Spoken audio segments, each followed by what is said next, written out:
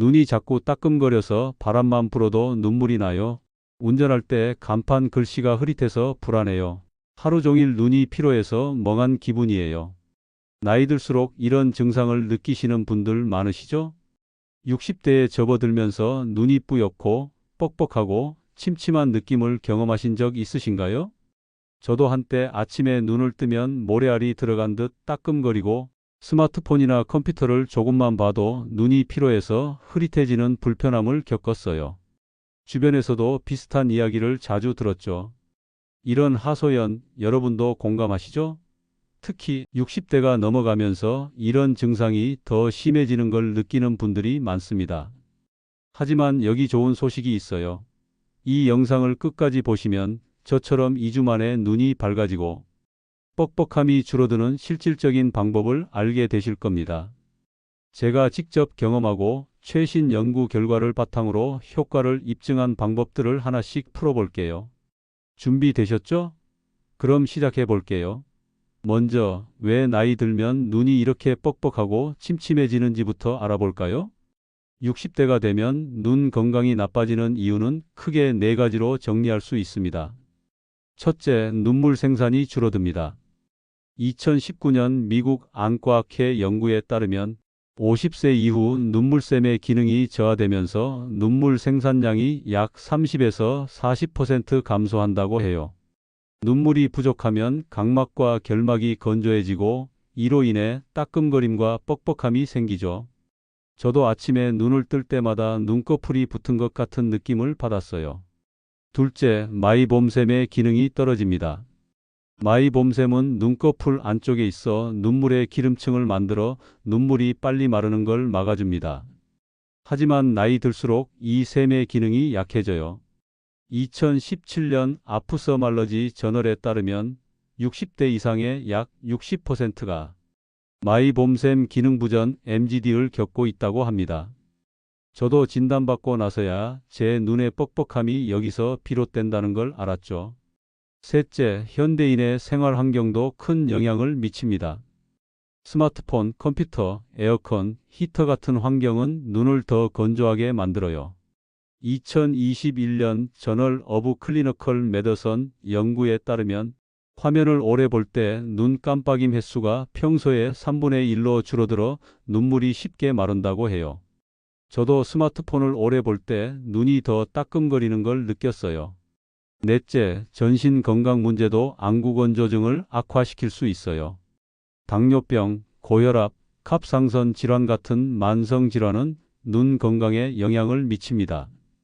2020년 브리티시 저널 오브 아프서말러지 연구에 따르면 당뇨병 환자의 50% 이상이 안구건조증을 겪고 있다고 해요. 저는 다행히 큰 질환은 없었지만 나이 들면서 몸 전체의 수분 대사가 떨어지는 걸 체감했죠. 이런 이유들 때문에 60대가 되면 눈이 뿌옇고 뻑뻑한 증상이 흔히 나타납니다. 하지만 저는 이 문제를 그냥 받아들이지 않고 하나씩 해결 방법을 찾아봤어요. 그리고 정말로 효과를 봤죠. 이제 제가 2주 만에 눈을 밝게 만든 방법을 하나씩 알려드릴게요. 이 방법들은 제가 직접 실천하고 연구 결과를 참고해 효과를 확인한 것들입니다. 누구나 쉽게 따라할 수 있으니 지금부터 주목해 주세요. 첫 번째는 따뜻한 눈 찜질입니다.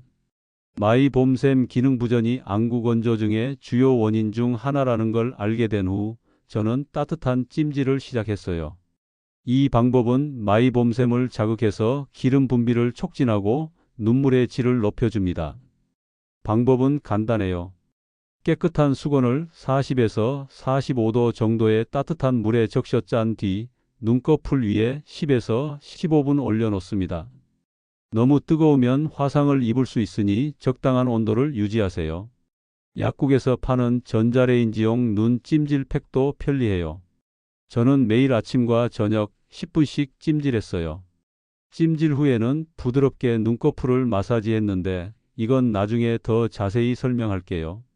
2015년 코니어 저널 연구에 따르면 따뜻한 찜질을 2주간 꾸준히 한 환자의 70%가 안구건조증 증상이 개선되었다고 해요.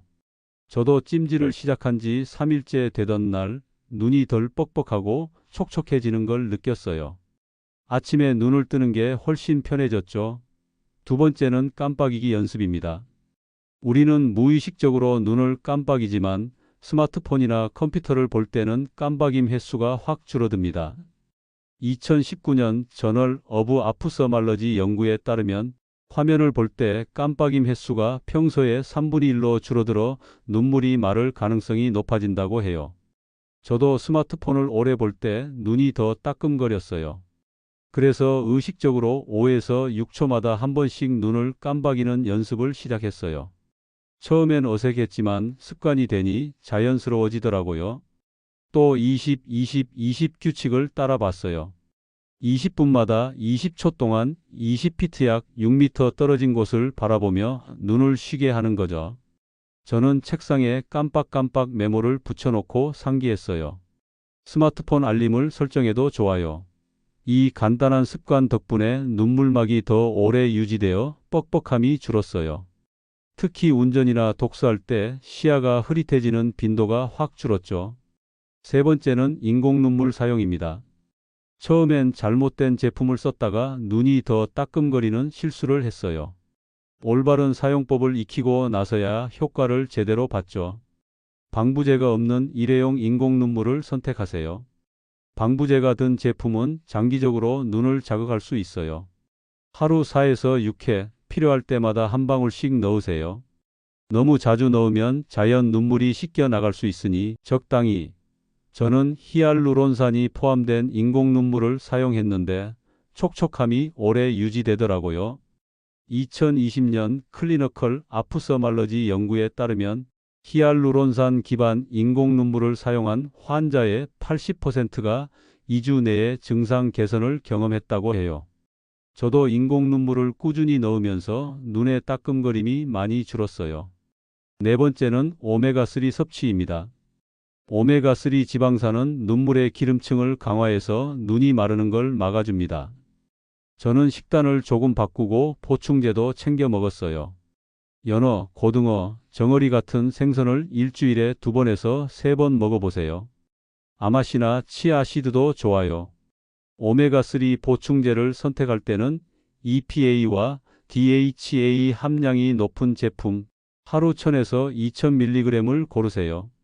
저는 매일 아침 오메가3 보충제 하나를 먹었고 일주일 뒤부터 눈이 덜 마르는 걸 느꼈어요. 2018년 어메리컨 저널 오브 아프서말러지 연구에 따르면 오메가3를 3개월 섭취한 환자의 안구건조증 증상이 40% 감소했다고 해요.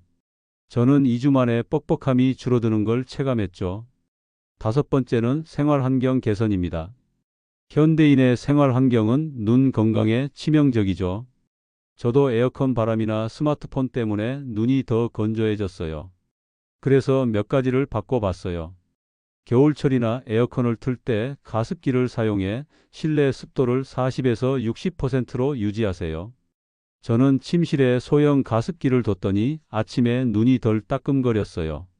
컴퓨터나 스마트폰을 오래 볼 때는 블루라이트 차단 안경을 착용하세요. 2022년 아프타머트리 언드 비전 사이언스 연구에 따르면 블루라이트 차단 안경은 눈 피로를 20% 줄여준다고 해요. 그리고 하루 1.5에서 2L의 물을 마셔서 몸과 눈의 수분을 유지하세요. 저는 물병을 책상에 두고 자주 마셨어요. 여섯 번째는 눈꺼풀 마사지와 세정입니다. 마이봄샘이 막히면 눈물이 쉽게 마르니까 이 방법을 꾸준히 했어요. 따뜻한 찜질 후 깨끗한 손가락으로 눈꺼풀을 위아래로 부드럽게 5분에서 10분 마사지하세요. 약국에서 파는 눈꺼풀 전용 세정제로 속눈썹 뿌리 부분을 닦아주세요. 저는 매일 저녁 샤워 후 이 루틴을 했어요. 2016년 아이 앤드 컨택트 렌즈 연구에 따르면 눈꺼풀 마사지와 세정을 병행한 환자의 65%가 마이봄샘 기능이 개선되었다고 해요. 저도 일주일 만에 눈물이 더 촉촉해졌어요. 일곱 번째는 전문가의 도움을 받는 겁니다. 위 방법들을 꾸준히 해도 증상이 심하면 안과를 방문하세요. 저는 처음엔 혼자 해결하려 했지만 정확한 진단을 받고 나서야 효과적인 방법을 찾았어요. 시루머 검사나 눈물막 안정성 검사를 통해 상태를 확인하세요.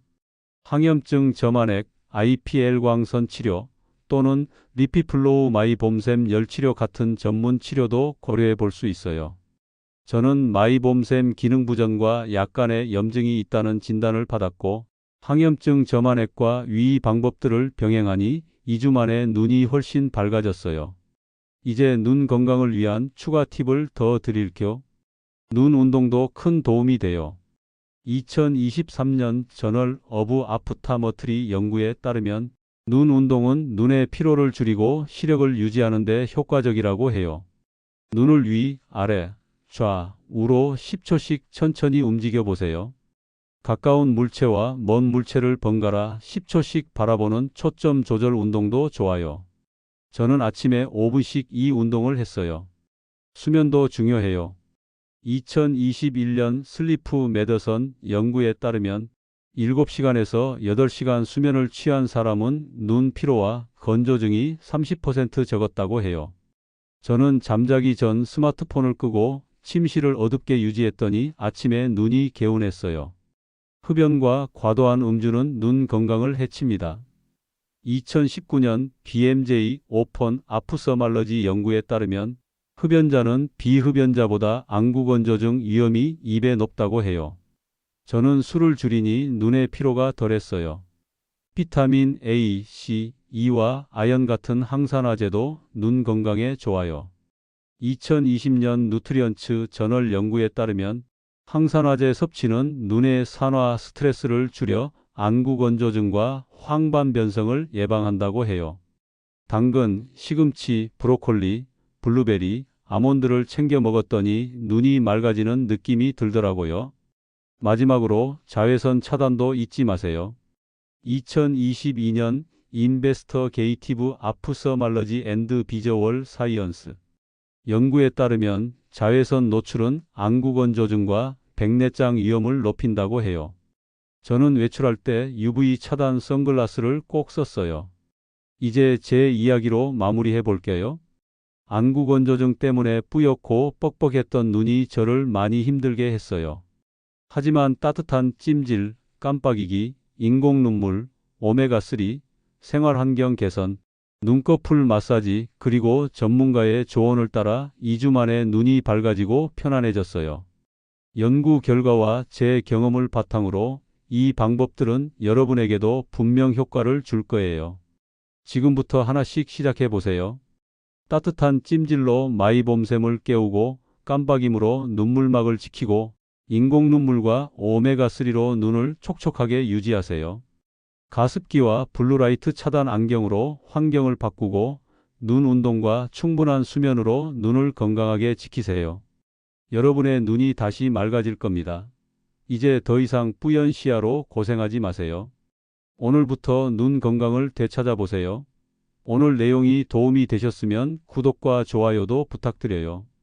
다음 시간에는 더욱 유익한 내용으로 찾아뵐게요.